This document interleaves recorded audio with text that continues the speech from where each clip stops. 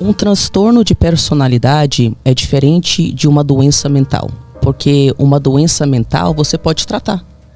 Então, por exemplo, digamos que você perde seu pai. Você pode entrar em depressão porque pode ser uma resposta natural. Mas essa depressão, você não quer dizer que você vai ficar deprimido pro resto da vida. É um impacto momentâneo a algo que te aconteceu, algo traumático. Então você pode tratar, você pode melhorar e superar essa depressão. E é assim que funciona a doença mental. Já quando a gente fala de transtorno de personalidade, nós não temos pesquisas que mostram que é possível você mudar a estrutura de personalidade dessa pessoa.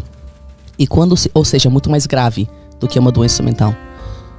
E quando se trata do transtorno de personalidade narcisista, nós estamos falando de pessoas que não conseguem interagir com outras pessoas como se essas outras pessoas fossem indivíduos à parte, com direito às próprias opiniões, à própria existência, aos próprios valores, ao próprio jeito de existir.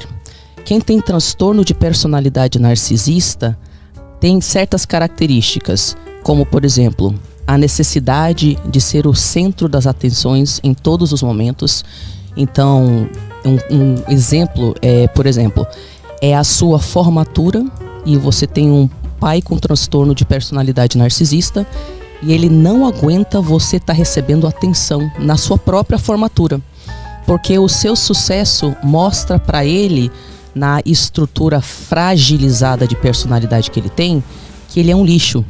Então, ele pode fingir uma doença, fingir um desmaio ou ter algum tipo de surto na sua formação para que ele receba atenção em vez de você. Outra característica desse transtorno é a ideia de que você é especial.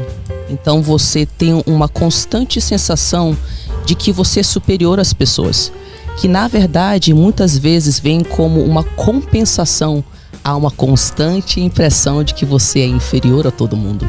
Então, como isso dói, como defesa, a personalidade narcísica decide: por que eu me sinto tão diferente? Ah, já sei, deve ser que todo mundo é inferior e eu sou melhor. Aí essa pessoa passa a entender que apenas pessoas igualmente superiores, incríveis, que fazem parte de uma certa elite, poderiam interagir com ela, pois o resto é muito inferior. Outra característica é a falta de empatia. Narcisistas não conseguem ver a sua dor, conseguem saber que você está machucado e doendo, mas não conseguem se importar. Porque eles não conseguem se importar com absolutamente nada nem ninguém que não diz respeito a eles mesmos. Mesmo que o sofrimento seja da própria filha ou do próprio filho, não conseguem sentir empatia no sentido de: poxa, os meus comportamentos estão deixando a minha filha com depressão ou com ideação suicida. Ah, então vou mudar. Eles não conseguem ter motivação de não machucar você. Porque eles não conseguem enxergar que eles estão fazendo alguma coisa que está prejudicando os outros. Não, eles conseguem enxergar. Eles enxergam? Isso aqui é uma pergunta muito interessante. As pessoas falam: mas espera aí, se a pessoa sabe que está te machucando, a consciência disso não seria o suficiente para mudar? E não. Muitas pessoas sabem que deveriam comer melhor, fazer exercícios e não ter compulsão alimentar para emagrecer. Mas será que no momento lá que elas estão cheias de algum impacto emocional, elas conseguem controlar a compulsão alimentar? Não. Então, existe uma gigantesca diferença entre você perceber que um comportamento te faz mal e faz mal aos outros, e você achar que você tem uma razão para mudar o seu comportamento. Primeiro, que essa mudança de comportamento seria para o resto da vida, porque é uma mudança que exige um esforço fenomenal para você tentar reestruturar a sua personalidade. E segundo, que no caso de narcisistas, para eles terem uma mudança de comportamento, eles vão ter que fazer uma coisa que eles não conseguem, que é assumir erros. Se o narcisista no fundo se sente inadequado e como compensação a essa profunda sensação de inferioridade, ele tem que fingir que ele é grandioso, que ele tem todas as respostas, que ele está sempre certo, que são os outros que erram, que ele sempre sabe a solução. E que, mesmo que você pegue ele fazendo algo de errado, ele é mentiroso patológico. Ele vai reescrever a história de forma que você fique mal e sente culpado por pedir que o outro te trate com o mínimo de respeito. Narcisistas não conseguem mudar um comportamento porque eles não têm motivação. E eles não conseguem entrar em contato com a humilhação, a vergonha e a culpa de perceber que ao longo das décadas de vida deles, eles destruíram inúmeros relacionamentos. É muito pesado.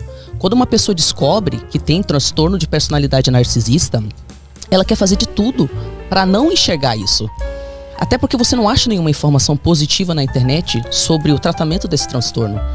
Então, mesmo que você seja diagnosticado, você não vai achar terapeutas que lidam com você. Você entendeu? Porque não, agora, hoje em dia, o conselho oficial de terapeutas, se você lida com um narcisista, é cortar contato. Então você imagina como é que é pesado você ser narcisista também, ver esse tipo de informação na internet e você não acha em lugar nenhum um pouco de informação que diz que você pode melhorar, porque não tem pesquisa que mostra que eles possam.